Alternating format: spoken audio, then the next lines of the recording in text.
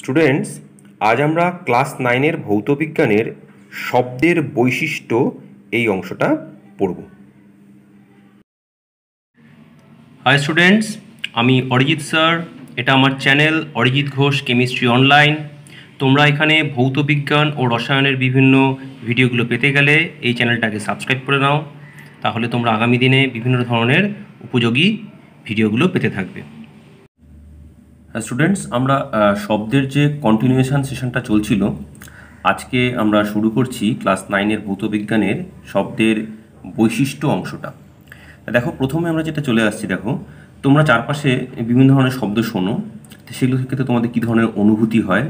তা সেই অনুভূতিগুলো কখনো কখনো শ্রুতিকটু হতে পারে, বিরক্তিকর লাগতে পারে, আবার অনেক সময় আমাদের খুব ভালোও লাগতে পারে।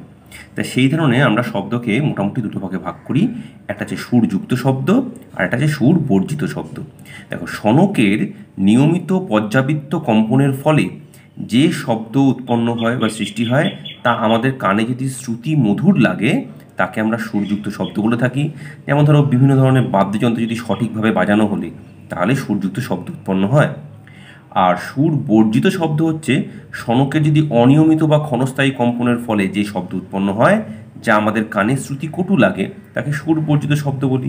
যেমন যে কোনো কোলাহল, পটকার শব্দ, গাড়ির হর্ন, বা এই যে বাদ্যযন্ত্র যদি যে বাজাতে পারে না সে যদি বাজাতে শুরু করে, তাহলেও সেটাও কিন্তু সুর বর্জিত শব্দেই পরিণত হবে। ঠিক আছে? আচ্ছা, এরপর দেখো আমরা একটা বিশেষ জায়গায় আসছি। তার আগে একটু বলে নিই যে সুর এবং স্বর এই বিষয়টা অ্যাকচুয়ালি কী, যাকে আমরা ইংরেজিতে বলি টোন এবং নোট। ঠিক আছে? দেখো, সুর হচ্ছে যে কোনো একটা সুরের শব্দে যে মাত্র একটা মাত্র কম্পাঙ্ক থাকে তাকে আমরা সুর বলি। আর স্বর হচ্ছে যে সমস্ত সুরে একাধিক কম্পাঙ্ক বিশিষ্ট শব্দ থাকে তাকে আমরা স্বর বলি। ঠিক আছে? তার মানে অনেকগুলি সুরের মিশ্রণ হচ্ছে স্বর। যেমন ধরো, আমরা বলে রাখি যে এই যে গানের ক্ষেত্রে সারে গামা পাধানিসা, বা ইংরেজিতে এটা ডোরে মি ফা সো লাডি আমরা যেটা বলে থাকি, এই যে প্রত্যেকটা সা রে গামা এগুলো হচ্ছে এক একটা সুর, এবং এদের মিশ্রণ দিয়ে যে গানের স্বর তৈরি করা হয়, যাকে আমরা নোটেশন বলা হয়, সেগুলো হচ্ছে সমস্ত স্বর। ঠিক আছে? আচ্ছা, এই সুরের মধ্যে দেখো কতগুলো ভাগ রয়েছে। দেখো, আমি তোমাদের উল্লেখ করছি। দেখো, 4টি ভাগ। একটা হচ্ছে মূল সুর, উপসুর, সমমেল এবং অষ্টক। ঠিক আছে? তারপর আমি তোমাদের উদাহরণ দিয়ে বোঝাবো। দেখো, মূল সুর হচ্ছে যাকে আমরা ইংরেজিতে বলি ফান্ডামেন্টাল টোন।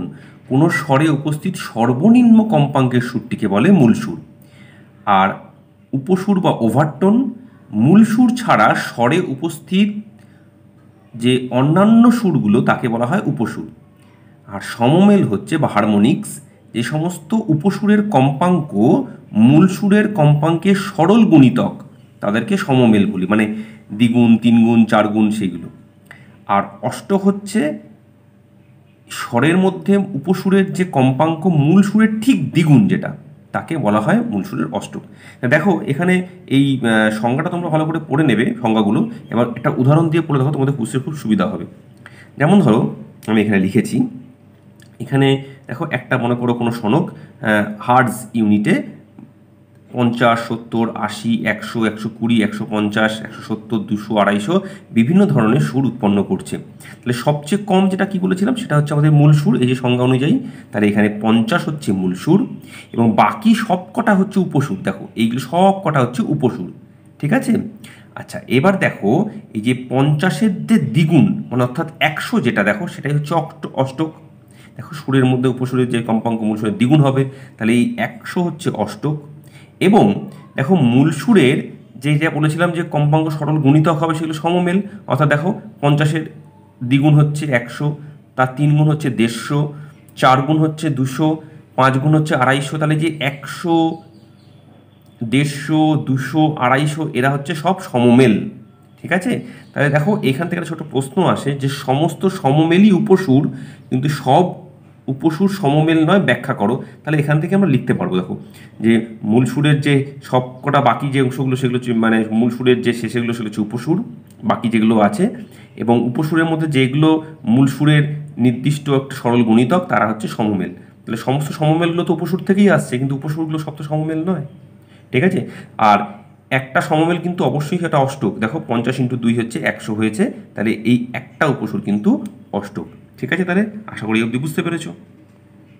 দেখো স্টুডেন্টস, এরপর আমরা যেটা আলোচনা করছি, শব্দের প্রধানত তিনটে বৈশিষ্ট্য রয়েছে। দেখো, এই তিনটে বৈশিষ্ট্য হচ্ছে প্রাবল্য বা লাউডনেস, তীক্ষ্ণতা বা পিচ, গুণ বা জাতি, যাকে বলি কোয়ালিটি বা টিম্বার।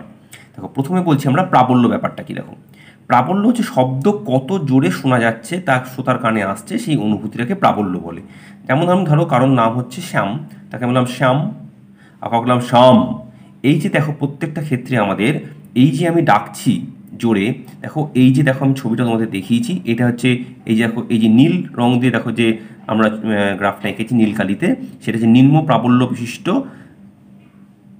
তরঙ্গের বিস্তার। তাহলে এই যে তরঙ্গে দেখো বিস্তারটা যখন বাড়ছে, দেখো এই যে উচ্চ বিস্তার হচ্ছে, যখন দেখো এই যে উচ্চ প্রাবল্য সৃষ্টি করছে, ঠিক আছে, এই উচ্চ বিস্তারের জন্য। ঠিক আছে, তাহলে দেখো এখানে আমরা কতগুলো বিষয়ের উপর দেখো এই প্রাবল্য নির্ভর করে। এক নম্বর হচ্ছে উৎসের আকার। উৎসের আকার যত বড় হবে তার প্রাবল্য তত বাড়বে। তাই দেখো তবলার শব্দের চেয়ে কিন্তু ঢাকের শব্দ বেশি হয়। উৎসের কম্পনের বিস্তার 2 নম্বর। উৎসের কম্পনের বিস্তার বাড়লে শব্দের প্রাবল্য বাড়ে, কারণ কম্পন হচ্ছে বিস্তারের বর্গের সমানুপাতিক, এটা মনে রাখতে হবে। এই জন্য কম্পনে দেখো বিস্তার বাড়লে কিন্তু প্রাবল্য বেড়ে যাচ্ছে। ঠিক আছে, যেমন ধরো স্কুলের ক্ষেত্রে দেখো পিতলের যে গোল ঘন্টায় আঘাত করলে দোলনের বিস্তারটা কম হয়, তখন ক্ষীণ শব্দ শোনা যায়, কিন্তু জোরে আঘাত করলে কিন্তু আবার শব্দটা জোরে শোনা যায়। উৎস এবং শ্রোতার মধ্যে দূরত্ব, যত দূরত্ব বাড়বে শব্দ প্রাবল্য তত কমে যাবে। তাই প্রাবল্য হচ্ছে দূরত্বের বর্গের ব্যস্তানুপাতিক। ঠিক আছে, এই সম্পর্কগুলোকে মাথায় রাখতে হবে। এরপর হচ্ছে মাধ্যমের ঘনত্ব। মাধ্যমের ঘনত্ব বাড়লে শব্দের প্রাবল্য বাড়ে। ঠিক আছে, যেমন ধরো আমরা জানি যে কার্বন ডাইঅক্সাইডের ঘনত্ব বায়ুর চেয়ে বেশি, তাই একই উৎস থেকে উৎপন্ন শব্দ প্রাবল্য কার্বন ডাইঅক্সাইডে বেশি হবে, বায়ুতে সাধারণ বায়ুতে কম হবে। দেখো 5 নম্বর হচ্ছে মাধ্যমের গতি। মাধ্যমের গতি তোমার মানে যেদিকে শব্দ গতি হচ্ছে প্রাবল্য যদি সেদিকে বাড়ে, তাহলে বিপরীত দিকে গেলে কিন্তু শব্দের প্রাবল্যটা কমে যাবে, তাহলে মাধ্যমের গতির দিকে গেলে প্রাবল্য বাড়বে। এবং অন্যান্য বস্তুর উপস্থিতি, সেটা হচ্ছে জানতে হবে যে উৎসের কাছে কোনো প্রতিফলক আছে কিনা বা অন্যান্য কোনো অনুনাদি বস্তুর উপস্থিতি আছে কিনা, সেগুলো থাকলেও কিন্তু প্রাবল্য বৃদ্ধি পায়। ঠিক আছে, তাহলে প্রাবল্য অংশ তোমরা নিশ্চয়ই বুঝতে পেরেছো আশা করি। এরপর আসছি দেখো আমরা তীক্ষ্ণতা। দেখো তীক্ষ্ণতা, এটা খুব ইন্টারেস্টিং একটা চরিত্র, শব্দের বৈশিষ্ট্যের মধ্যে পড়ে। যখন সুরযুক্ত শব্দের যে বৈশিষ্ট্যের দ্বারা একই প্রাবল্য বিশিষ্ট খাদের সুর এবং চড়ার সুরের পার্থক্য করতে পারছি আমরা। দেখো এই যে দেখো এখানে দেখো দুটোর ক্ষেত্রে কিন্তু দেখো আমরা মোটামুটিভাবে বিস্তারটা একই রেখেছি। তাহলে দেখো এর বিস্তারটা একই হলো, দেখো এর যে ল্যামডাটা তৈরি হচ্ছে দেখো কম্পাঙ্ক, সেটা যদি এফ হয়, দেখো এর দেখো দ্বিগুণ পরিমাণ দেখো কম্পাঙ্কের সৃষ্টি হচ্ছে, অর্থাৎ এর ক্ষেত্রে কম্পাঙ্ক কিন্তু 2f।